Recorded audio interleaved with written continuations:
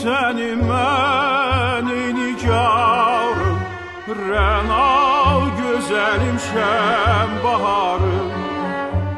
Sevdim səni canam, lakin zülmkarxan, xalqın qatil düşməni əsir etmişdir səni.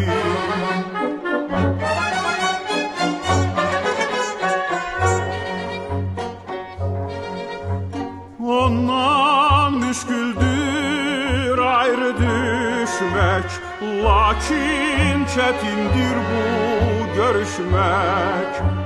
Oldum bu yolda mən öz-özümə düşmən, ayrı düşdüm səndən mən, ayrı düşdüm səndən mən, hey, səndən mən, hey, səndən mən, hey,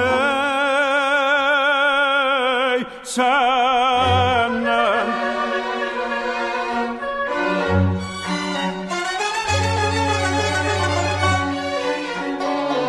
Dönmərəm bu yoldan, xov etmərəm xandan, xov etmərəm xandan. Ölərəm, keçərəm canımdan.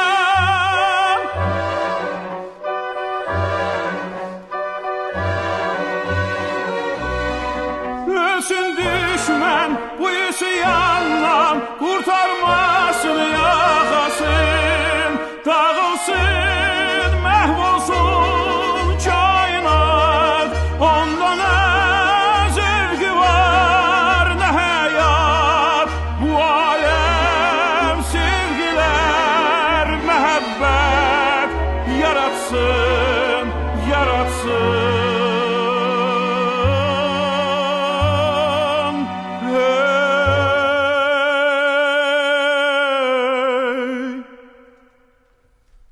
Sevdim səni mən ey nigar, Rənal gözəlim şən baharım. Sevdim səni